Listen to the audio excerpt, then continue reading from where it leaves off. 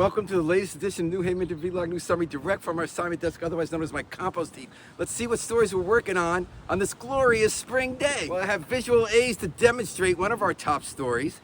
As of this week, well, until this week, when you went on Chapel Street between College and York, if there was a vehicle in one lane and another vehicle in the other lane, they were going in the same direction. Now, long awaited on those 2 blocks, as of this week, they go in different directions. One goes east, one goes west. Part of a larger effort to have safer travel for all sorts of people using roads. The big finale is going to be when they extend that two-way traffic all the way to the boulevard. Now, on the first day, everyone's wondering, how's this going to work out? Is this going to be crazy? And I went by there the first day and I saw, which was kind of fun to see, on Chapel, parked on the east side, there was one vehicle parked this way and one another way, like 3 times in opposite directions. But by the second day, there was none of that. This was a lot easier for people to adjust to than we thought.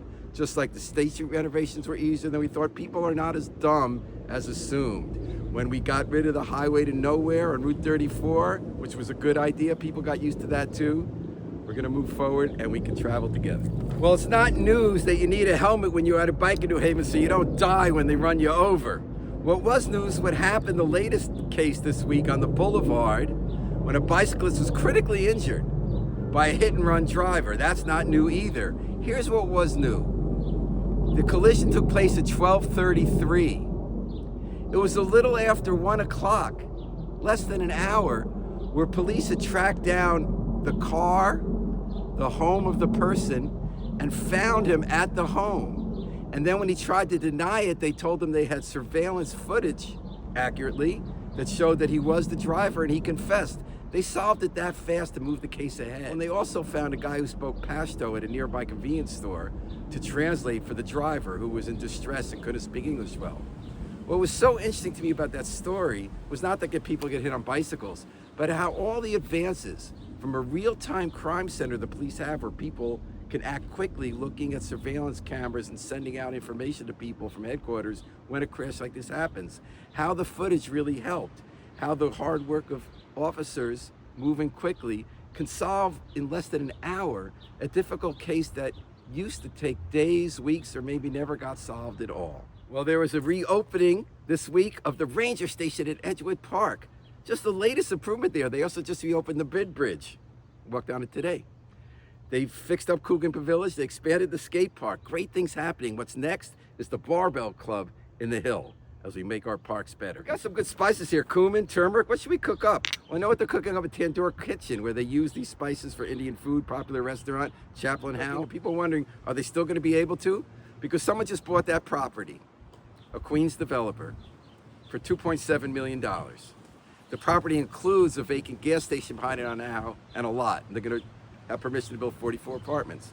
What's interesting to me about it is that even though they paid $2.7 million, meaning that's what the property is worth, when the city taxes that property, they say it is worth $764,000. In other words, the people making money in all these real estate deals are getting a huge break thanks to us. If this happened once, no big deal. If it happened 10 times, no big deal. It happens over and over again, and we're all getting ripped off as a result to subsidize the profits of out-of-town developers. Well, here's a memorial candle for Robbie Talbot. He was the young man who was beaten to death, piled on by guards when he had an episode in the Whaley jail in 2019.